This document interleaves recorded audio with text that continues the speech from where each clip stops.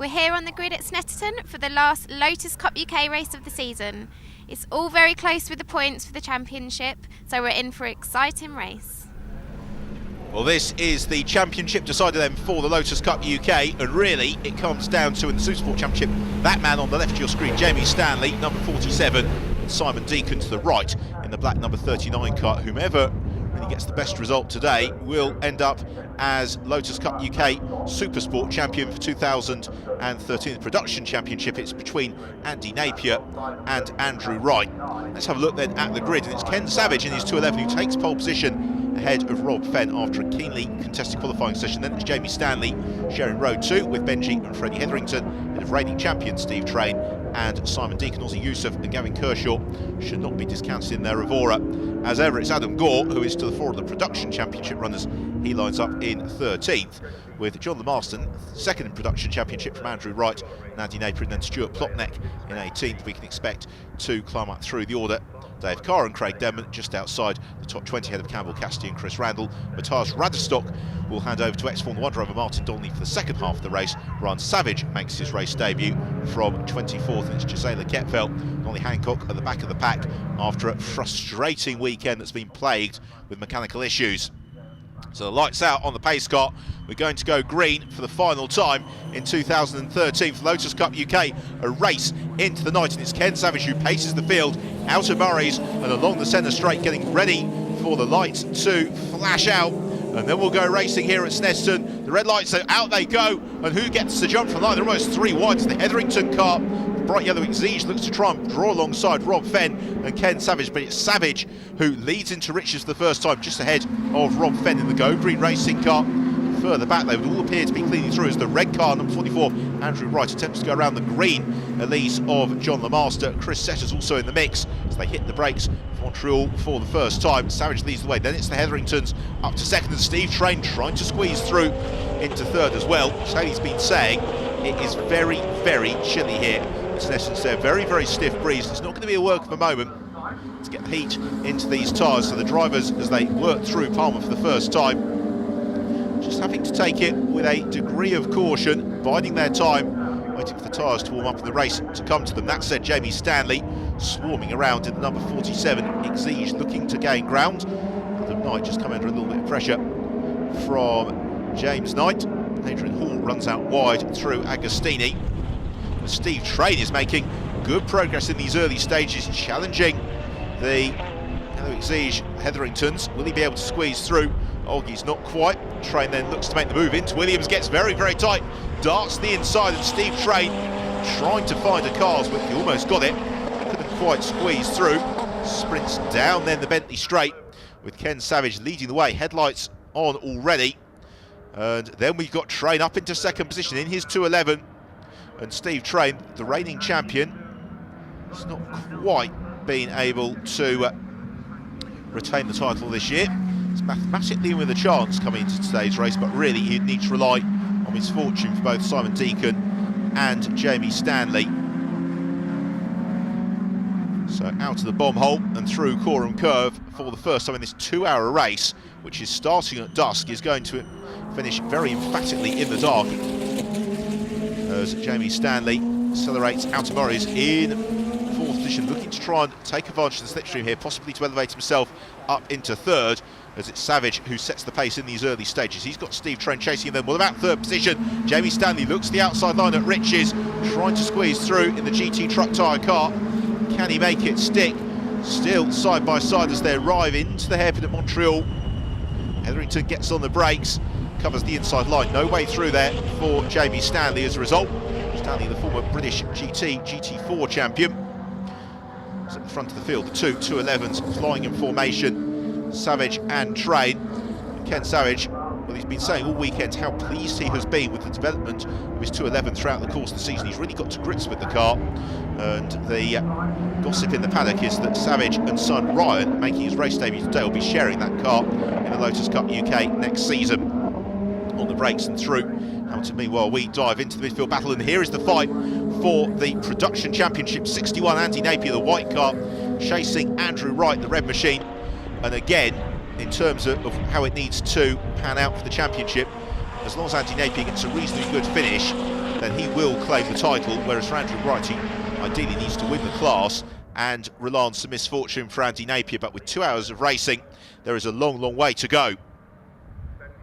Ken Savage defends the inside line into Brundle, no way through as a result for the bright blue car of Steve Train.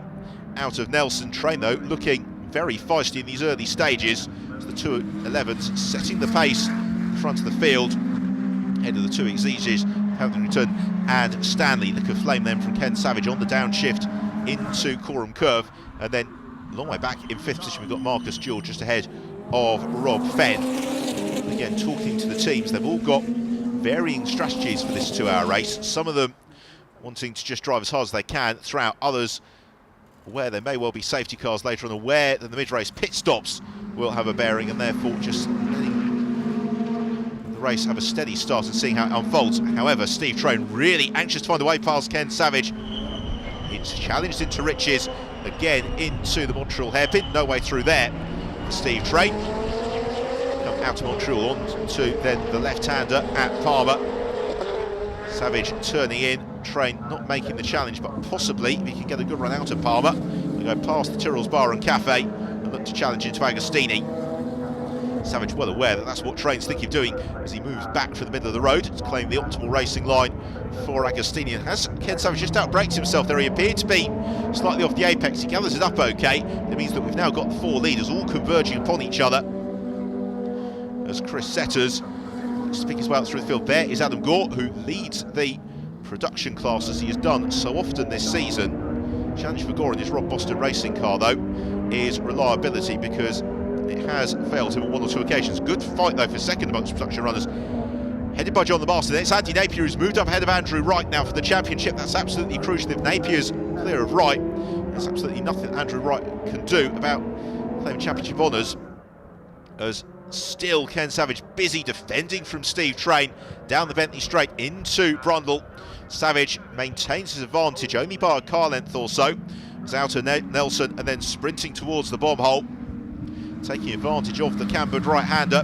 Steve Train trying to close up on Ken Savage. You just wonder whether or not we'll look to get a good run through Coram and possibly better acceleration out of Murray's. That is one of the key overtake opportunities on the Snetterton 300 circuit. So into Murray's, they all close up on each other, and Steve Train brakes nice and early, takes a tight line. Now can he use the momentum coming out? He draws alongside Ken Savage, and Steve Train looks to have got his nose ahead. We'll see as they arrive into riches, and yes, now it is the number 1 car, reigning champion Steve Train, who leads the way. Ken Savage slips into second, and immediately behind him he's got Hetherington and Stanley.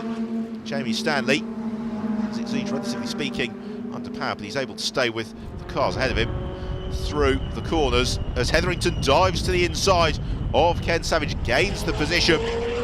So up into second position then for the brothers Benji and Freddie Hetherington.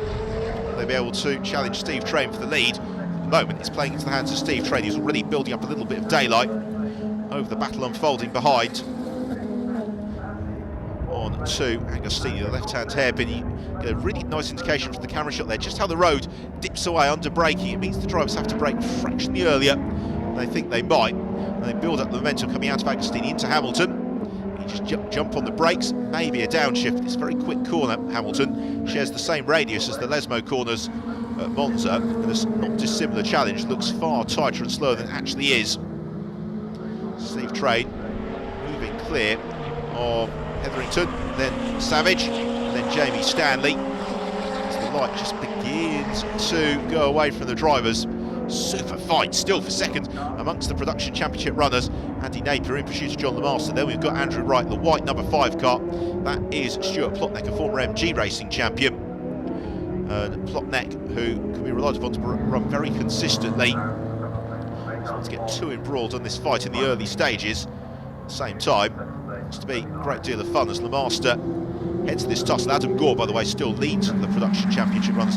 He's sprinted off into distance. There is Simon Deacon, head of Adrian Hall, and Deacon just needs to let the laps tick away, because as things stand, he's got enough in his back pocket, provided he's able to bring the car home to the checker flag to be the 2013 Lotus Cup UK Supersport champion. Down the Bentley straight, the battle going on behind is the one between Craig Denman and Jason Baker. It's out over the curbs. The Master just drops off the edge of the curbs, the Exeter Nelson. So there is the Denman and Baker battle. Craig Denman, the bright yellow car, shared with Dave Cart. Then Jason Baker, another of the Rob Boston Racing Run competitors. Steve Train leading the way. Not really pulling clear though, this leading quartet still remaining as a group. And then they've got Marcus Jewell and Rob Fenn, not too far back either, and particularly Rob Fenn you'd expect to come good later in the race. As James Knight looks to climb on up through the order, just past the Steve Guglielmi car. On the brakes into Agostini. Ken Savage looking to try and elevate himself back up into second position, and Savage, having lost those 2 places in fairly quick succession, immediately looking to retaliate. Simon Deacon, meanwhile, has been passed by Adrian Hall. Still no concern for Deacon in terms of his championship challenge, but he can't afford to lose too much more ground, as Andy Napier and Andrew Wright almost side by side into Riches. Napier, though, maintains second place in this keenly fought production championship battle. With the title on the line, the drivers want to climb up through the order, but they don't want to risk unnecessary contact. Same very much true of this leading almost sextet now, because you can see at the back of the shot the bright orange 211 of Marcus Jewell. He's got Rob Fenn in his wheel tracks. It's still the fight for second and third between Hetherington and Savage, which probably remains the most keenly contested, because Jamie Stanley in fourth, just beginning to slip back from Savage. So into Coram Curve, ahead once more, another lap about to be reeled off this ever-darkening Snetterton 300 circuit. It's a 2-hour race into the night. We're still in the early stages. We'll take a short break. Join us after the break as the action continues.